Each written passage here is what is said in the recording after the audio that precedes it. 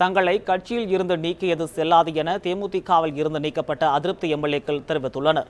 இது தொடர்பாக சென்னையில் செய்தியாளர்களிடம் பேசிய தேமுதிக எம்எல்ஏ சந்திரகுமார், திமுகவுடன் கூட்டணி வைக்க வேண்டும் என்று கூறியதற்காக தங்களை நீக்கியதை ஏற்க முடியாது என தெரிவித்தார். மக்கள் நல கூட்டணியுடன் போட்டியிட விரும்பாமல் நிர்வாகிகள் பலர் பணத்தை திரும்ப பெற்றதாகவும் சந்திரகுமார் குறிப்பிட்டார். தங்களை கட்சியில் இருந்து நீக்கியது செல்லாது என தெரிவித்த சந்திரகுமார், 23 பேர் கொண்ட ஒழுங்கு நடவடிக்கை குழு மூலமே கட்சியில் இருந்து தங்களை நீக்க முடியும் என்றும் கூறினார். நேற்றுதான்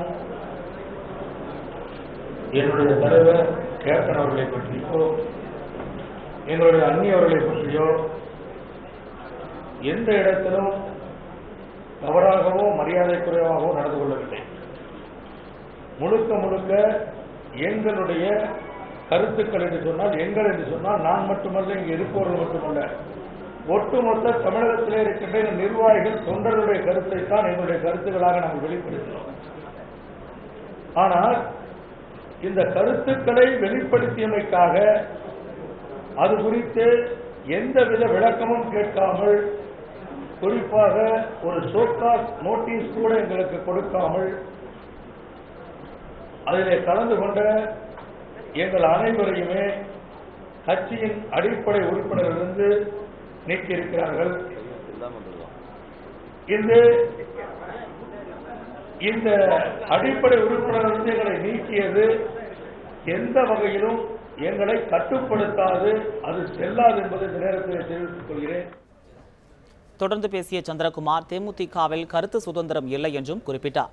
விஜயகாந்தின் கட்டுப்பாட்டில் கட்சி இல்லை என்று கூறிய சந்திரகுமார், பிரேமலதாவின் கட்டுப்பாட்டில் தான் கட்சி உள்ளதாகவும் தெரிவித்தார். கேப்டனுடைய அவருடைய கட்டுப்பாட்டிலே கட்சி இருந்திருந்தால் நிச்சயமாக இப்படி உங்களை எல்லாம் அழைத்து பேசியிருக்க மாட்டேன். முழுக்க முழுக்க எங்களுடைய அந்நியன் கட்டுப்பாட்டுக்கு சென்று விட்டது. அவர்கள் தான் இன்றைக்கு இந்த கூட்டணிக்கு மிக மிக முக்கிய காரணமாக தனியாக சென்று வைகோ அவர்களை சந்தித்து அவர்களோடு பேசிதான் தலைவருக்கு பிடிக்காத இந்த கூட்டணியை உருவாக்கியது. இந்த நேரத்தில் பகிரங்கமாக குற்றம் சாட்டுகிறேன். தலைவருக்கு பிடிக்காத, தலைமையில் இருக்கிற நிர்வாகிகளுக்கு பிடிக்காத, தொண்டர்களுக்கு பிடிக்காத இந்த கூட்டணியை உருவாக்கியது எங்களுடைய மரியாதைக்குரிய அண்ணி. அவர்களால் தான் இன்றைக்கு இந்த இயக்கம் அதல பாதாளத்திற்கு சென்று கொண்டிருக்கிறது. இந்த இயக்கம் தமிழகம் முழுவதும் ஒரு மிகப்பெரிய அச்சத்தோடும் மிகப்பெரிய ஒரு தோல்வி அடையக்கூடிய சூழ்நிலையும் இருக்கிறது. திமுகவில் இருந்து பணம் வாங்கிக் கொண்டு இந்த முடிவை எடுத்ததாக வெளியான தகவல் பற்றி விளக்கமளித்த சந்திரகுமார், 1992 திமுகவில் இருந்து வெளியேறிய போது வைகோ அதிமுகவிடம் பணம் வாங்கியதாக ஒப்புக்கொண்டால் தானும் ஒப்புக்கொள்வதாகவும் சந்திரகுமார் தெரிவித்தார்.